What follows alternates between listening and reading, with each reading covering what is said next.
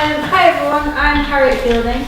Our first panel today is on marginalised bodies. So we've got Kate Gaff, who's speaking first. 2 sheets of paper. And she is a third year English literature PhD student here at the University of Sheffield. And she's been researching the work of Sir William Davenant and his approaches to the human senses. So, Kate, if you would like to start us off, please. Okay, I've got a handout, probably too many handouts, I've been ambitious, but if they can just go around, I should be in a form. Just with quotes on, so you can have something visual.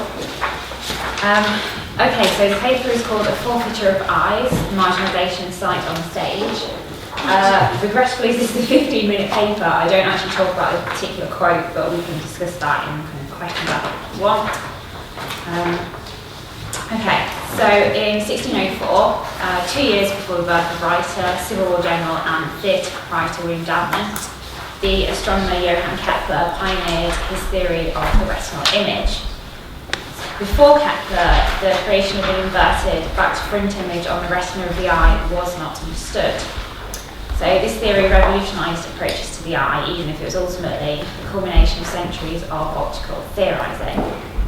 His discovery set in motion a comprehensive dismantling of extra-mission theory, which stated that rays of light emanate from the eye itself to enable seeing. With Kepler, intromission theory, which argues that the eye is actually a passive receptacle for light to gain traction. It also enables society to consider the fallibility of the eye, which, having its own aperture, faces the potential errors of any aperture in existence, such as those of telescopes, particularly pertinent to Kepler, and Kepler himself suggested this.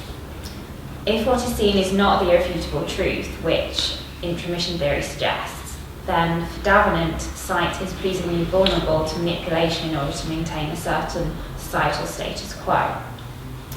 This approach to eyesight manifests itself most prominently in his tragedies Cruel Brother and The Just Italian, both King's Men, 1627 and 1629 respectively, where blindfolding or veiling of vulnerable characters alters the sensory experience not just of life, but of its last moments in death, whether threatened or fully realised. Davenant's treatment of visuals is indicative of a desire to punish and control behaviour through the policing of the senses, and though his marginal characters elicit pity, their susceptibility to sensory manipulation is far more prominent. His approach to concealing characters' eyes also varies in the objects used and, consequently, the connotations which must be negotiated by an audience. One of the objects described by Davenant is a veil, and it is this word which is used. By the late medieval period, the term was employed in Europe to describe a variety of hoods worn by women. In the 16th century, veils were being worn across Europe in a number of styles by both married and unmarried women, and veiled women could be found alongside the unveiled. The term veil is employed by Davenant elsewhere and by others to describe headwear which covers the hair alone and that which obscures the face and or eyes. So it's important to bear this in mind. In his revenge tragedy, The Cruel Brother, Davenant veils his young female character, Corsa. He falls in love with Lucio, her brother's master, to his bitter disapproval. Corsa is later raped by the Duke of Siena and then murdered by her sibling in an attempt to regain familial honour. Davenant's narrative dictating she pays a high price for an unorthodox choice. Lucio is dead by its close, the result of Forrest mistakenly believing that he stabbed the Duke and so in turn fatally wounded his master. As the men slowly expire on the ground, they grant one another forgiveness.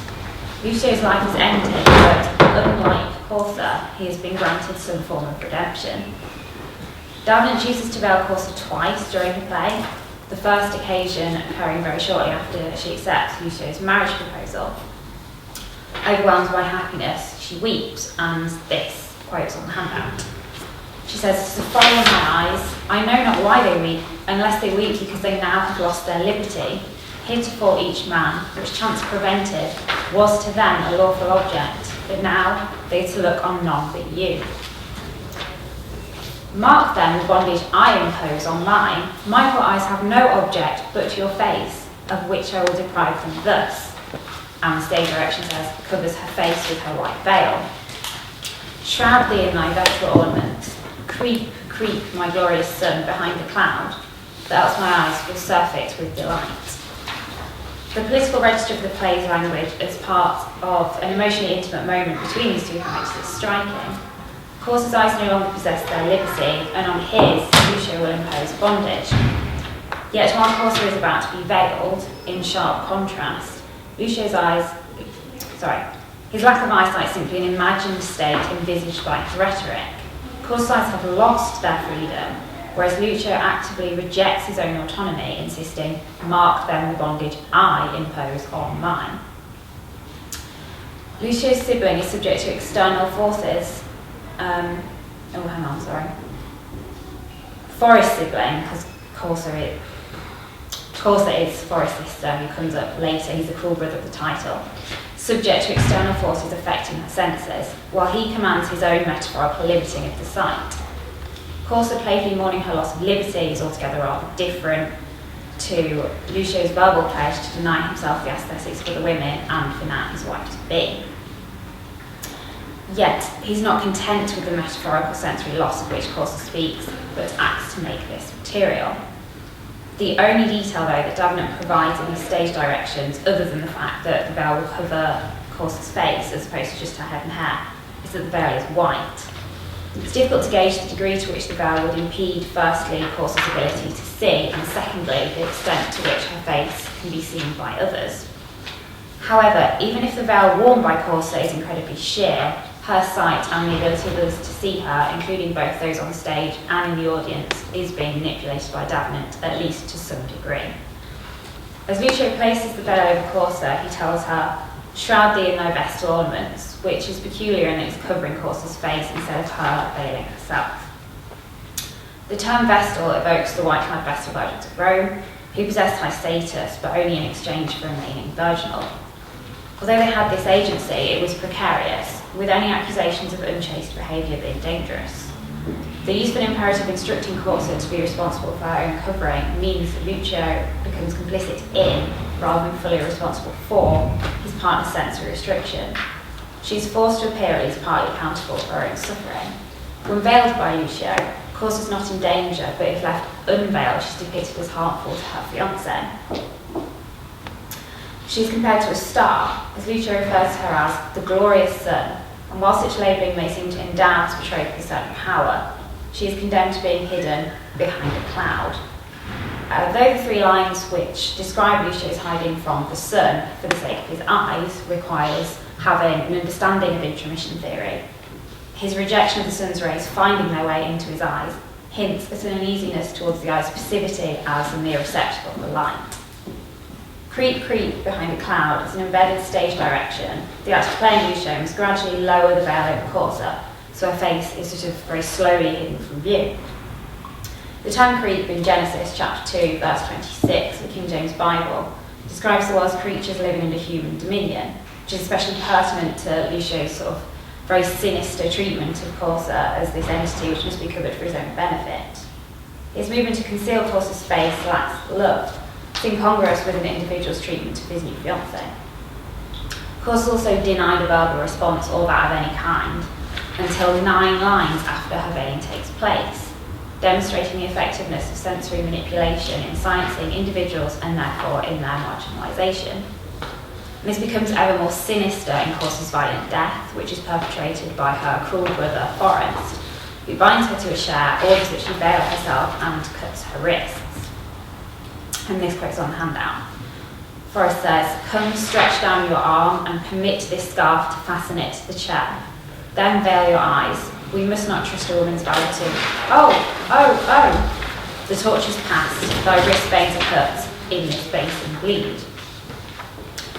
Corsa's vulnerability and her position as a sympathetic character is emphasised through her desperate, naively optimistic pleading as she attempts to placate Forrest, referring to him as her noble brother and her insistence that she's reconciled to heaven. She also draws attention to herself as that which is seen, begging, use me kindly with your looks. as if Forrest gaze alone may bid her harm, like some sort of basilisk. Forrest commands Courser to veil her eyes, but Davenant provides even less information on the veil used in this scene than that deployed earlier. Importantly, it's not labelled as such an assigned stage direction available only to readers of the play, which is integrated into a character's dialogue which the audience actually hears. The text can therefore evoke the connotations surrounding the word itself. And Forrest is able to assert his power to the highest degree over a woman who's gradually been deprived of autonomy, first by betrothal and then rape, through sensory manipulation as part of a fatal means of punishment. Her marginalisation is so severe it results in loss of life. Davenant does not just use veils to manipulate his characters though, but also refers to members of the play world being hoodwinked or having a vizard over the face, as seen in his tragicomedy The Just Italian from 1629. This play is not crafted with skill of the Cool Brother, but its resemblance to the earlier text is striking. It features a couple unequal in social class, an unmerciful male sibling, and its plot is similarly driven by the need for vengeance. The wealthy Altezza, whose dowry was vast, banishes her husband Altamont from the marital bed as he has little money, and his attempts to win her back with gifts fail when she learns they have been acquired with her own assets. Altamont changes tack by parading a young woman, who's actually his sister Scoperta, in front of Altezza, falsely toting her as his newly acquired concubine. Altezza retaliates by finding a new lover of her own in the form of Sciolto, a young, virile Florentine supposedly popular with courtly women. Despite his efforts, Sciolto is also rejected by Altezza, and he then falls in love with Scoperta. By this point, Altezza has had a change of heart and wishes to be with him. Altamont condemns the love between Sciolto and Scoperta and insists they both must die. Their capture is not, however, straightforward, and they face Altamont's friend, Merole, Altamont's believed dead at this point, blindfolded by Muse, and this is the last quote on the handout. So the stage directions say, enter Sciolto, Scoperta at several doors, each led in, bound and hoodwinked by two Muse. Altezza says, Sciolto and Scoperta still alive? Merole says, let them enjoy their eyes that they may know their judge. Muse unruffled. Sciolto, Scoperta, oh my god. This moment of the play involves both Scoperta and her male counterpart, Sciolto being deprived of sight. The text describes them as hoodwinked. This is glossed in the OED in verb form as meaning to cover the eyes with a hood or other covering so as to prevent vision, to blindfold. And the adjective hoodwinked or as blindfolded, blinded in both literal and figurative use.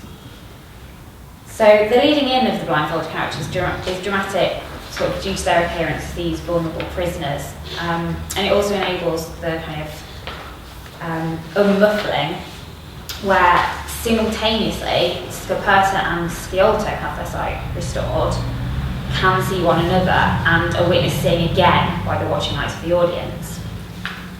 In Italian, the adjective Scoperta actually translates as discovered or uncovered. So Davenant's choice of name for this character is indicative of the importance assigned by the text to her veiling/unveiling. The sense of temporary relief created by this moment illustrates the fear generated through sensory manipulation. These characters still have the threat of death looming over them, but are briefly overjoyed to be able to actually see one another alive. Slightly later in the play, as two masked and mute men are about to execute Scoperta and Sciolto, they reveal themselves to the believed dead Altamont and his friend Merole. The stage directions in Act 5 Scene 1 state, one of the mutes pulls off his vizard and discovers himself to be Altamont. Significantly then, the ominous mutes are not only without speech, but also masked. A vizard is defined by the OED as simply a mask or a mask used to protect the face or eyes, for instance as part of armour. Although Davenant's primary interest is in blindfolding or veiling vulnerable individuals, as opposed to their assailants, the masking of Scoperta and Sciolto's captors occurs, since it affects what is seen or not seen by the victims, and also by the audience. We're given little detail on the type of mask used, so it's difficult to ascertain the extent to which the mutes' faces would be obscured. Scoperta and Sciolto are mostly blindfolded themselves, but during the very brief amount of time they can see, the mutes are still masked. Thus, the couple face a cumulative denial of visual experience, which also functions as a means of marginalisation.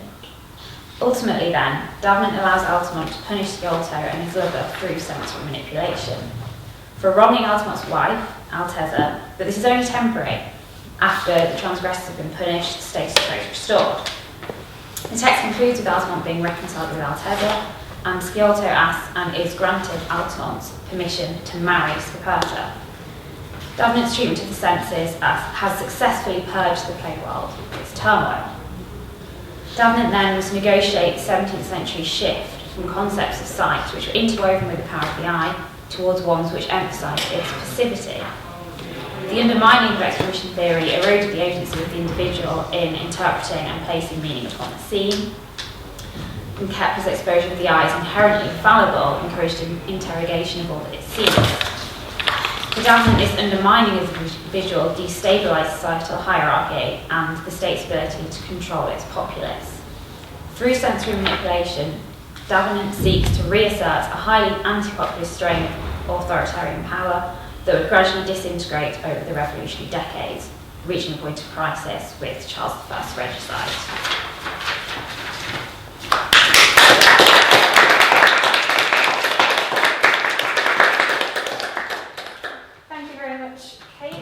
And next we have Natasha Broadhead, who's also from the University of Sheffield. She's a level 2 undergraduate in English literature, and she's going to be talking about frustration and desire, queering Alexander Pope's Eloisa. Is that how you pronounce it? It's Eloisa, but I'm not sure. Eloisa Twebland. Yeah, you know how to pronounce it better than me. So if you'd like to begin. Just a minute. Yeah, I will note. That's Thomas's next one over.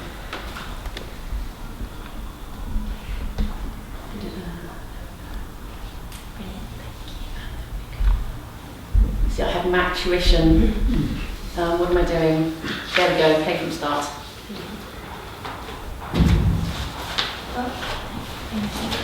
Hello. My paper is Castration and Desire, querying Alexander Pope's Eloisa Twebland. So during this presentation, I'll first introduce the poem to give a little bit of background information for anyone who's not familiar with it.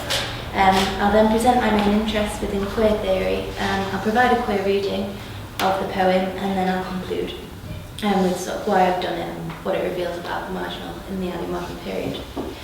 So first off, a brief introduction to the poem. Eloisa Twebland is a verse epistle first published in 1717. The poem is inspired by Heloise and Abelard, a famous 12th century couple who had an illicit love affair, which resulted in Heloise's family punishing Abelard and having him castrated. Following this, Abelard went to live in a monastery and Heloise became a nun. Years later, as the story goes, Heloise found a letter, albeit not intended for her, but written by Abelard about their relationship, and apparently this letter reawakened her passions for her lover. The tragic tale has inspired numerous adaptations, with Michel Gondry's 2004 art film Eternal Sunshine of the Spotless Mind proving the story's enduring poignancy in the contemporary moment. Pope's poem addresses Abelard from the point of view of Eloisa. It depicts a miserable struggle with desire for a man no longer capable, due to both societal hindrances, the fact that he was in a monastery and she became a nun, and because he is physically incapable due to castration of reciprocating her feelings. So why put a tragic literary classic in conversation with queer theory? I first became interested in queer theory through my concern with the LGBT movement. However, I quickly recognised that there's a sharp distinction between queer studies and queer theory. I read a number of texts by queer theorist Eve Kosofsky-Sedgwick. Her exploration of queering expelled my initial naive assumption that it was about somehow trying to prove that certain characters who seem straight are actually queer in text. We've all heard people arguing that Dumbledore in Harry Potter is gay. Indeed, J.K. Rowling has even confirmed that the character is. But this calling out of gay characters doesn't seem to correspond with the objective of queer theory for me. That is, grappling information from text in a bid to prove a character's sexual orientation seems to reduce queer reading to a neatly organised conception of identity. In this way, this paper won't be interested in trying to attest that Eloisa and or Abelard are definitively queer. Michaelides aptly encapsulates exactly what I find attractive about queer theory, saying that it, quote, challenges what is normal and questions the mechanics behind our institution's efforts to maintain normal. Queer theory can help you get over yourself, and as a result, the words, spaces, bodies and beliefs that you hold dear will be called upon to respond. Considered along these lines, queer theory can be used as a framework to challenge absolutely everything. Indeed, academics have used the theory in innumerable ways. A quick search on the university's online library brings up essays such as Queering Prison Abolition, Queering Marriage, Queering Bathrooms, and even Queering Queer. In 2011, Madhavi Menon published a book entitled Shakespeare. In it, the author takes on the task of queering an array of Shakespeare's plays. In his introduction, Menon discusses how academics rarely use queer theory to analyse text from the early modern period. He proposes that this is because the theory only really became established in the 1990s, so critics are wary of writing about queerness in texts written in a period where queer as a label didn't really exist. He says of Shakespeare, this volume asks whether we're still able to read The Merchant of Venice and Twelfth Night as queer texts, without also assuming that they're either homosexual or proto-homosexual documents. This disorientating experience, where we queer texts that have no gays in them, takes queerness beyond and through the body to a host of other possible and disturbing configurations. Unquote. With this disorientating experience in mind, we'll turn to a queer reading of Eloisa to Abelard. Firstly, a little disclaimer. There's no evidence to argue that the medieval couple were queer, like there's none to suggest that Pope was, or that the original couple were, or any of those things, so these ideas won't be entertained at all. However, by beginning to put the poem into dialogue with queer theory, I'd like to present how ideas about the marginalised individual can be illuminated. I don't aim to provide any answers, but I intend to raise questions and propose a different way of reading.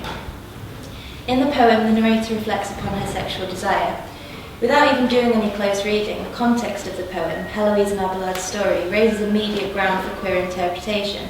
That is, Abelard is a eunuch, but our narrator still expresses desire for him.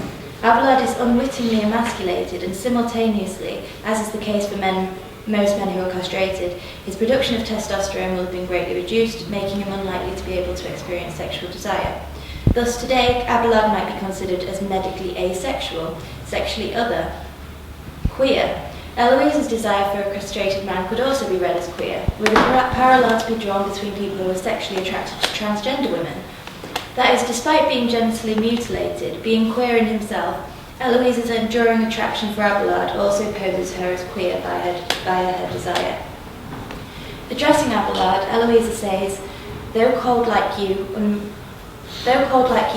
and silent grown, I have not yet forgot myself to stone.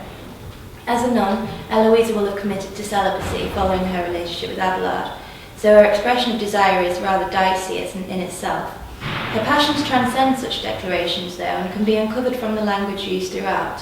For instance, swelling organs, the craving void left aching in thy breast, dying gales that pant upon the trees and quivering lakes. She speaks of how Abelard suddenly mounts her.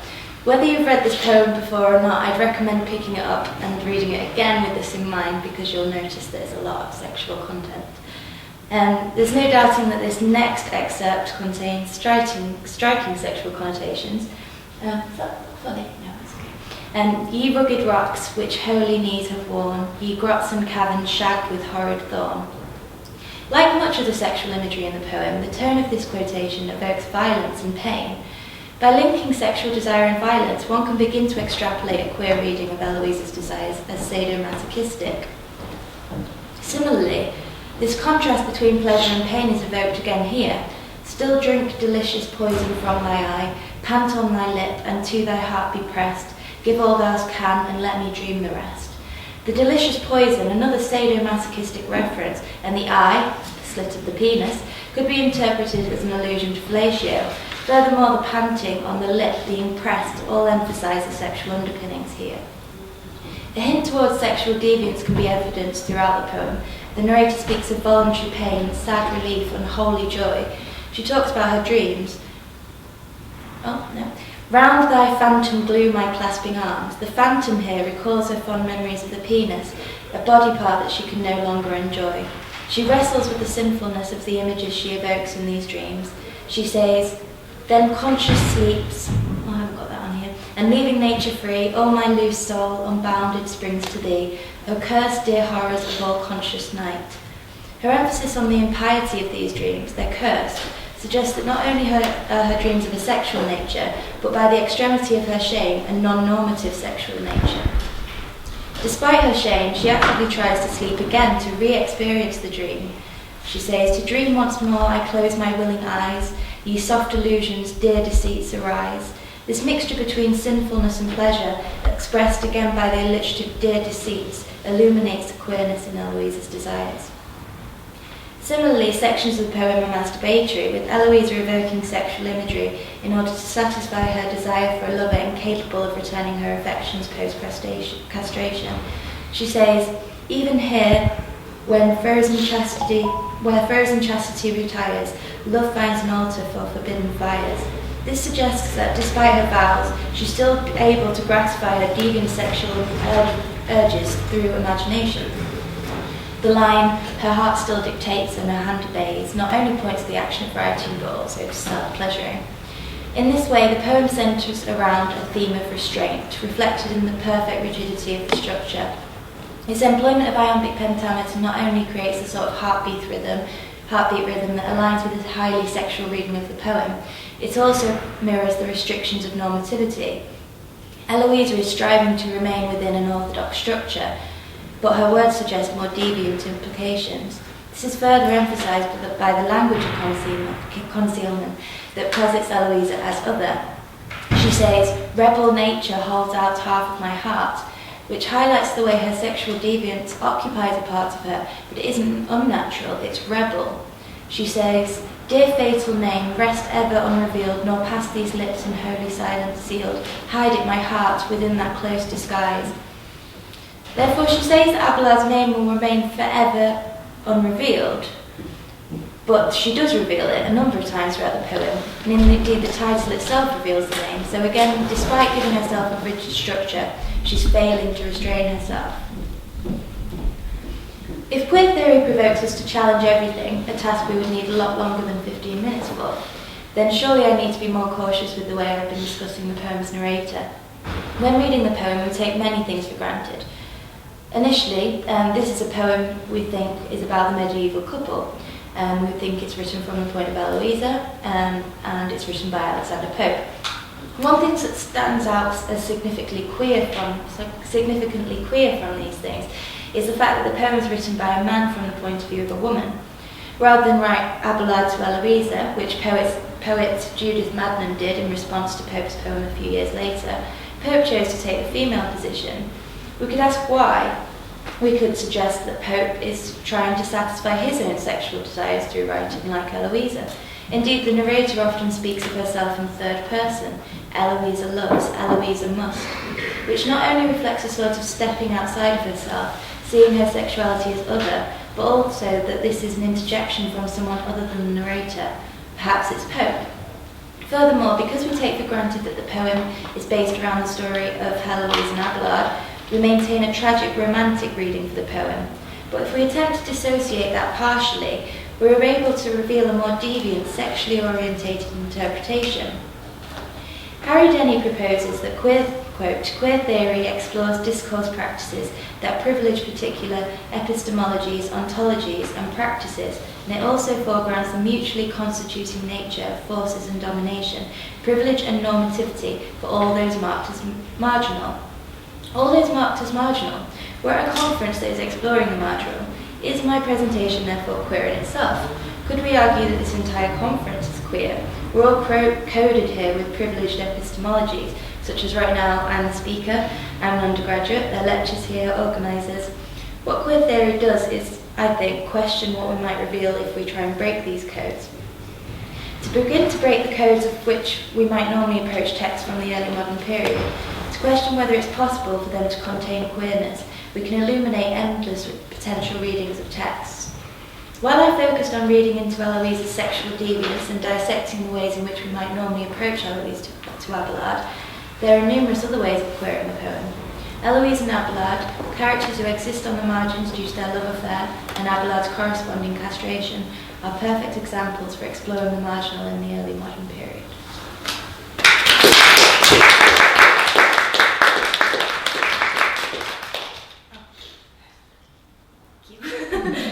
Thank you, Natasha. So we're going to take any questions from the audience now.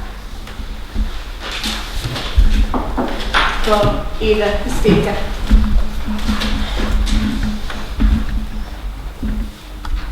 Yeah, I've got a question for Natasha. Really enjoyed your talk, I really enjoyed both of them. And as I was listening to you, I haven't read Eloise Travelard.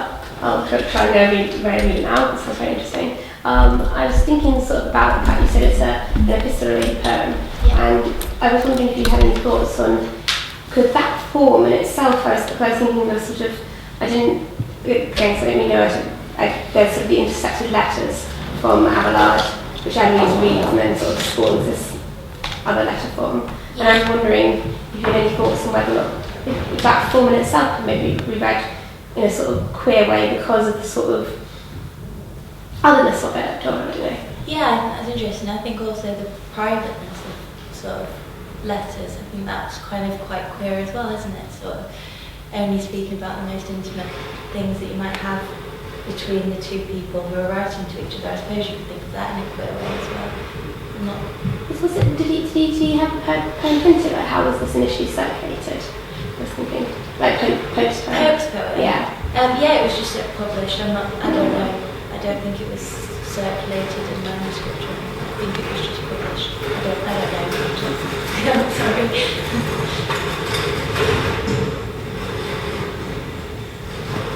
I've got one for Kate. Okay. I really like that, Kate, thank you. In your second example, you had the mutes on stage and being the kind of agents of this blindfolding and non-blindfolding. And in the first example, you talked about how she's prevented from speaking for a time after she's failed. And I was just wondering, do silencing and blindfolding or veiling always have some sort of connection in your research? So we've got. Do you mean the third quote with it from? Because the Oh, third sorry, quote's the from third the quote. Just Italian and the Yeah. two quotes are from Cool Brother. That's so. What do blindfolding and science come hand in hand? Yeah. Certainly in the Just Italian they do, which is really interesting. I mean, obviously in this paper I focused on the visual, but sort of sound is something in the PhD as a whole I was considering as well, and music was certainly very important for Daphne. So I think, there might be something interesting we could say about speech as well. But yeah, they do come hand in. They have in the Just Italian. I'm not sure if they appear together anywhere else that I found. But I thought that was quite interesting that we have this emphasis on kind of people being mute and also people not being able to see. It's weird. Yeah, and it's just really interesting the way the agents of the one sense being removed have already had their senses, that sense removed. Or not sense, speaking, is it a sense? I know what you mean. Yeah. I think part of the sort of masked, the kind of people who look like they're about to kill the victims or whatever, part of them being masked maybe makes them look more intimidating to the victims, if you like, or I'm not sure really.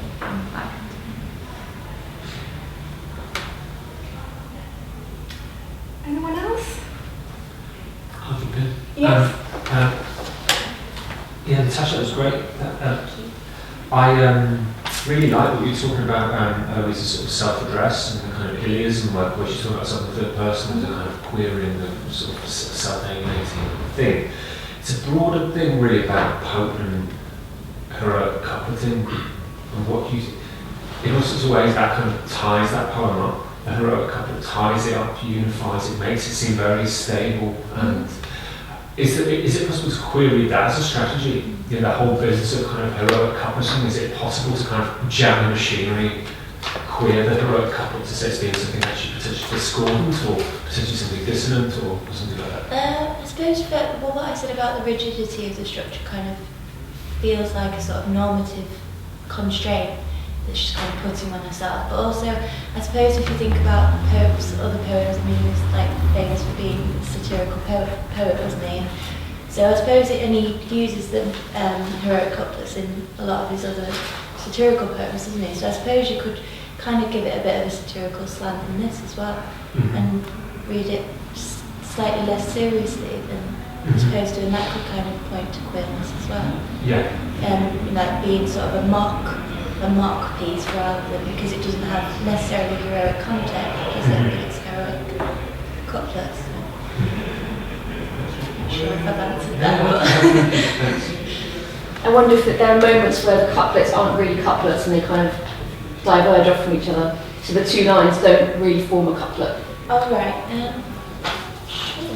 Not so, I didn't notice it, but I could potentially. I think it's pretty perfect, though, in general. And I did check, and it was generally pretty concise. Could it be something about sort of sameness? Sameness and the idea that, it's a poem that sets itself up as a kind of romance narrative between, guy meets girl, girl meets guy, and actually what you get is this kind of, it's a desire for the same, which is kind of being poeticized through that kind of, do you see what I mean? Yeah, the couplet chime, yeah. something like that. Yeah, that's interesting. I wanted to ask about on the lines that from start maybe how this kind of thing splitting in between frozen chastity and about her forbidden fires and kind of thing, how there's almost seems to be use of natural imagery to oppose two ideals in the kind of moral sense. What you thought about that kind of. Yeah, I think there is a big sense in it that she feels like there's a difference between her desire and nature, and she sees them as separate. But then also there is a point where, like I said, she calls it rebel nature, which is I think it's quite an interesting way of thinking about sort of deviant desires. It's a rebellious nature rather than unnatural.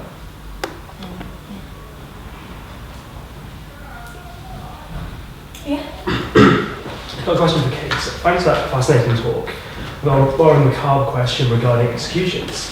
So with regards to Corsa's terrible fate, being blindfolded, is she taking up, if we reject, say, Kepler's theory, that the eyes are, say, passive receptors, if the eye is a glorious sun capable of influencing, is she blindfolded so that the perpetrators may commit more horrendous acts upon her, seeing she has no influence upon them, she can enforce no sympathy?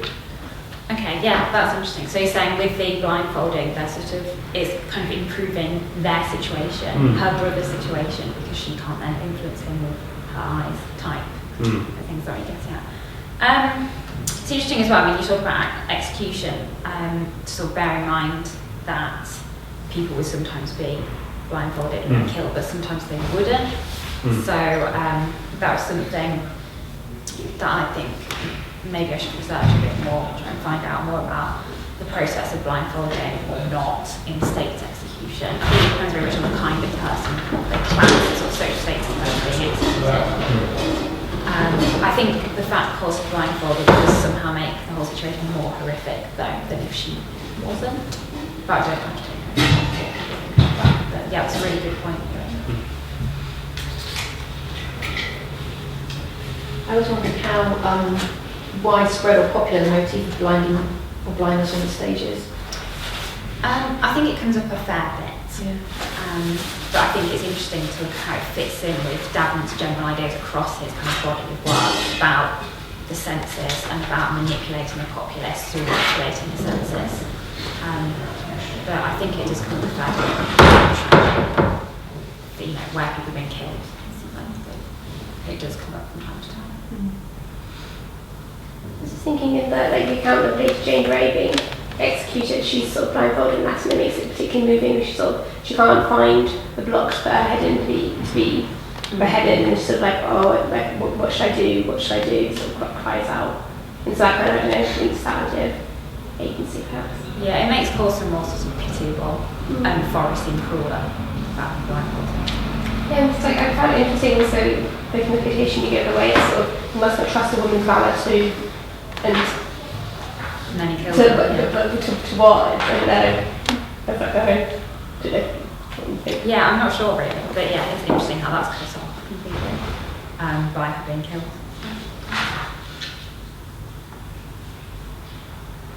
Yeah. This is potentially very speculative, but I don't know anything about the play, but you said that Scoperta is Italian, and I was just, something that sort of came to mind was, the idea of the masquerade and the sort of denial of sight in Italian culture as I don't know, does that have anything, do you think the Italian stereotype coming through in any of this? Or?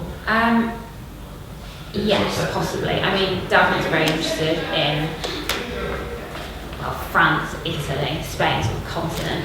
So yeah, that is possible. That is sort of part of the kind of influence going on. But with the sort of language point, I don't know in Italian. I had to kind of Google this, but I also spoke to a friend of mine who did a languages degree and talked to me about the meaning of that word in Italian. And it's interesting how it can be sort of covered or discovered, but also weirdly nowadays if your bank account is overdrawn it is scoperto.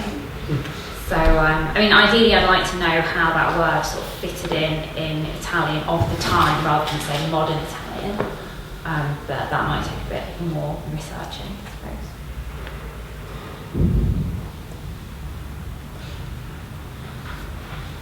Got one for Natasha. Okay. I was interested in the retelling that you mentioned. You said Judith Madden.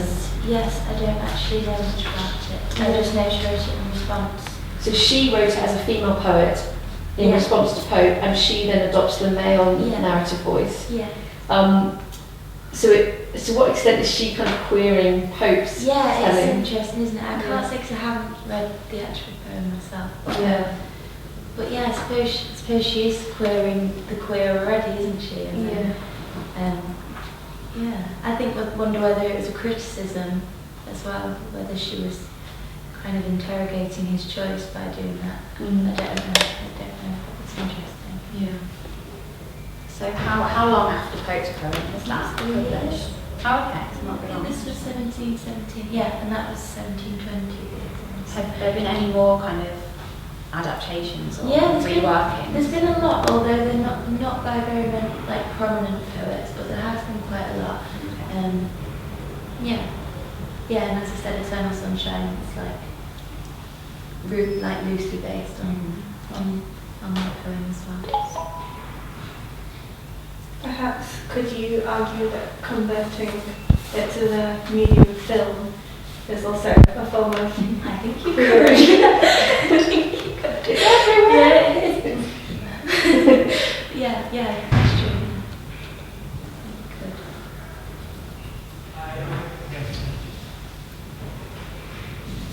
Anyone else? Is that everyone? Shall we have a tea coffee break? Yeah, I think we should thank our speakers Yes. once again for super papers and brilliant question answers. Kate, Tasha.